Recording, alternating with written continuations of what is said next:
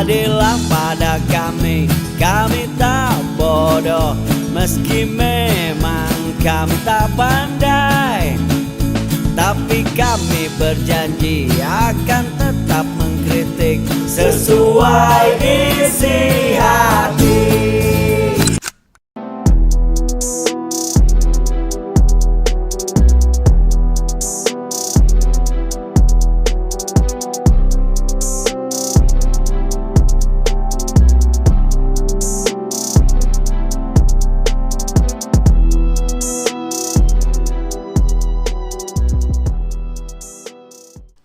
Bismillahirrahmanirrahim. Assalamualaikum warahmatullahi wabarakatuh.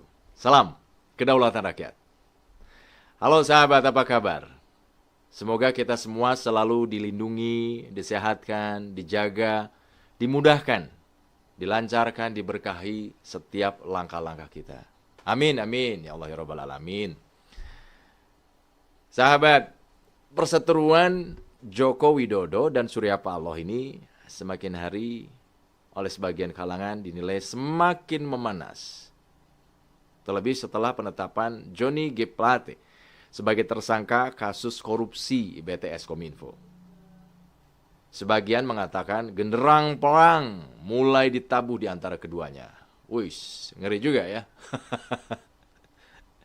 Ya memang banyak yang menyayangkan nih situasi ini karena menilai Surya Paloh sudah keluar track, keluar kesepakatan, keluar komitmen, sudah mengkhianati kekompakan koalisi pemerintah.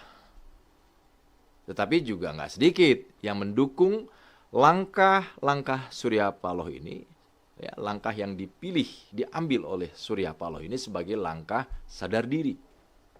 Atau mungkin lebih tepatnya langkah yang mawas diri kali ya. Selalu ada pemain tengah ini di segala situasi. Selalu ada yang masuk di tengah-tengah permainan. Siapapun itu, banyaklah. Anda bisa menilainya. Kita tahu yang terakhir, nama Amin Rais. Ya. Ini nama yang sudah dikenal oleh khalayak luas. Ya. Termasuk juga dikenal dengan kekritisannya. Ya, dengan kepedasannya, ketajamannya mengkritik kebijakan pemerintah, dan sosok yang satu ini adalah salah satu tokoh yang memperjuangkan reformasi. Nah, di tengah berkecamuknya internal Partai Amanat Nasional, waktu itu Amin Rais masih berada di PAN, sampai akhirnya Amin Rais memilih untuk memisahkan diri dan mendirikan Partai Umat. Jadi waktu kongres di Kendari kalau nggak salah ya, terjadi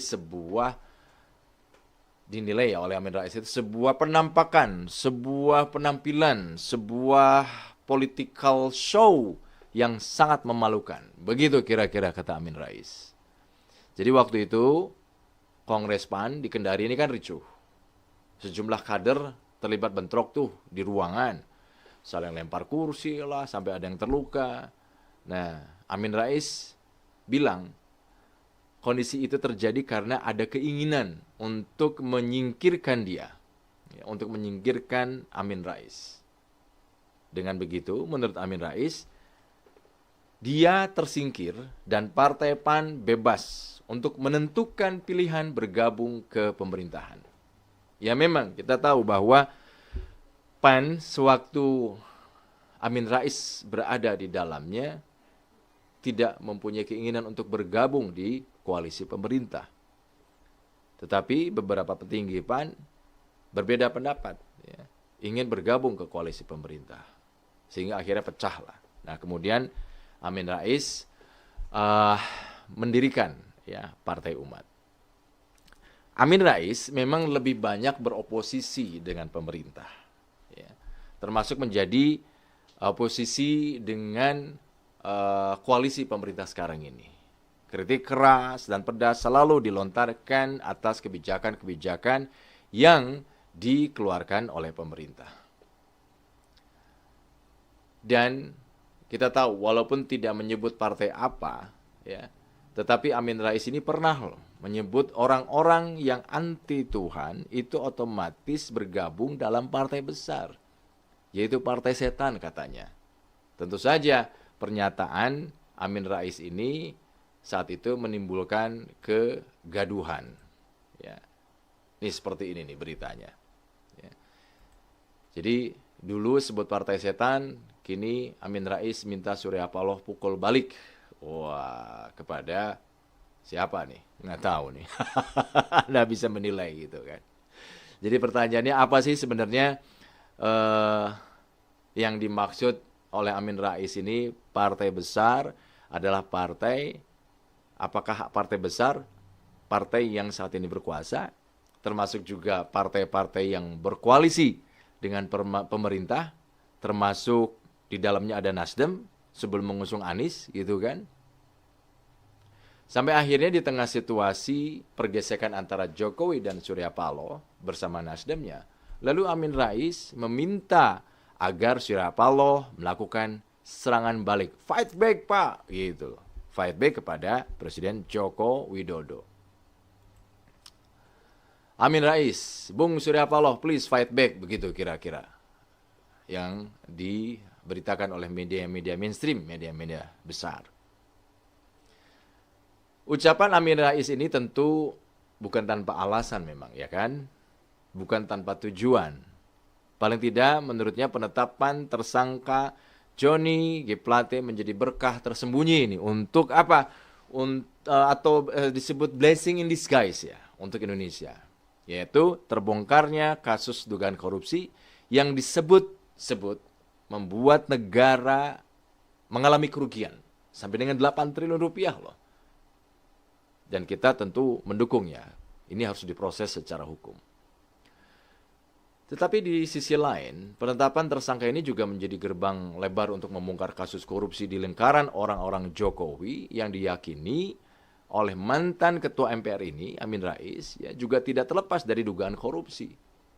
Jadi Amin Rais bilang, pisah jalannya Surya Paloh ini diharap bisa membuat Surya Paloh untuk menyerang balik dan membongkar kroni-kroni Jokowi.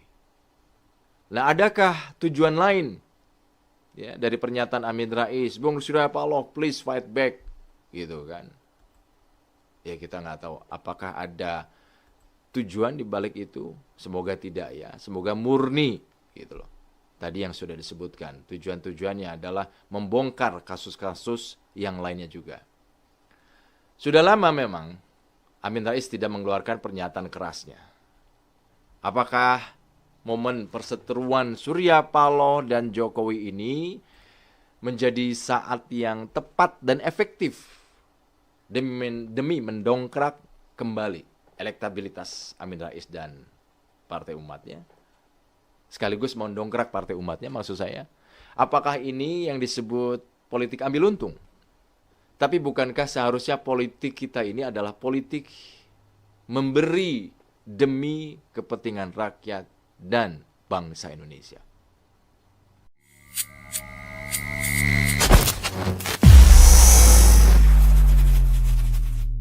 Ini gambarnya gambar ini di sini ya, SZ Blended Coffee, sahabat perubahan.